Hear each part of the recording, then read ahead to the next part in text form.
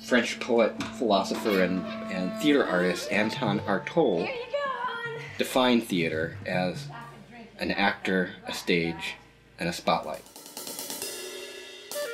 Lighting theater, your primary goal is to make the actors understandable. It's a little overwhelming. Both being able to see their eyes, see their facial expressions, see their lips move. We all do a certain amount of lip reading.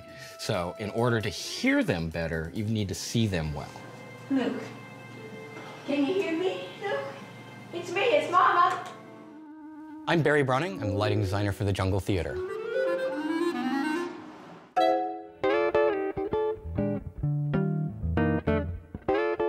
This is what we call the front of house cove. It's where we store a lot of lighting equipment and where the front light onto the stage is sent from.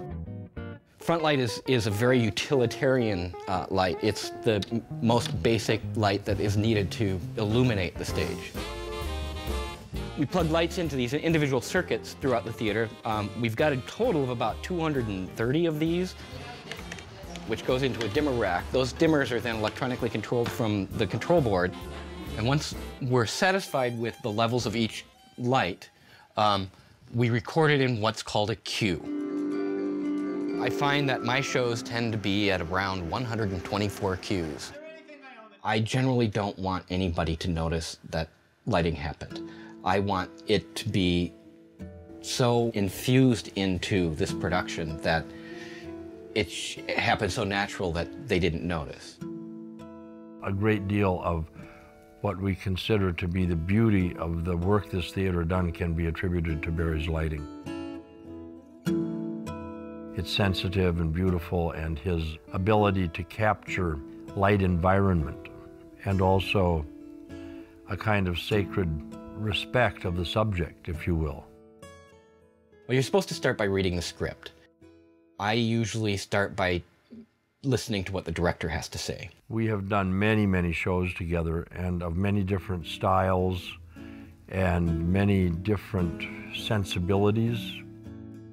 I figure out basically what the general looks are going to be. And then it's a matter of geometry, of figuring out, to get this angle, it has to be there. Colors. There's hundreds of these to choose from. And I fit all those pieces together, and then I sit down at my computer and I make a little drawing of where each light is going to be and put all the information about what that light needs to be able to do on that drawing so that the electricians can put it out there for me. Some of the sets that I designed look like nothing until Barry shines his light on it, and all of a sudden it's like, oh my God.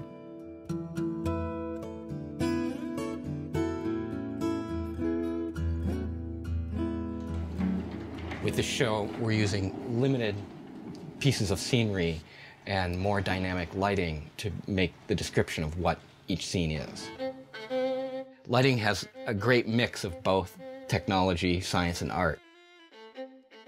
These LED RGB tape lights are used inside the proscenium to light it.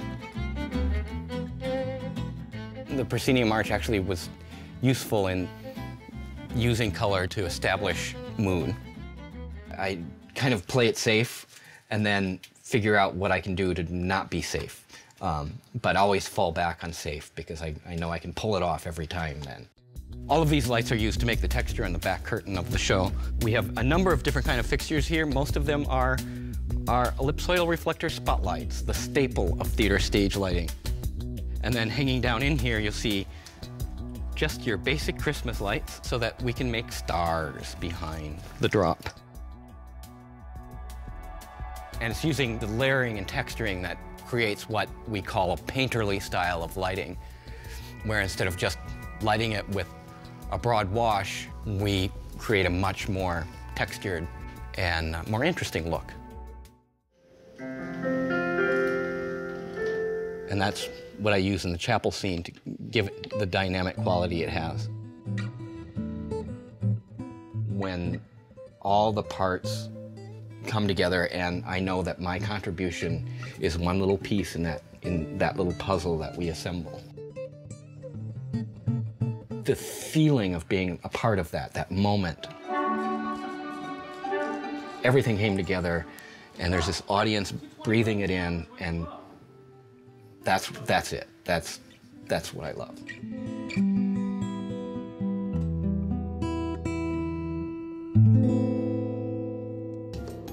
Minnesota Original is made possible by the State Arts and Cultural Heritage Fund and the citizens of Minnesota.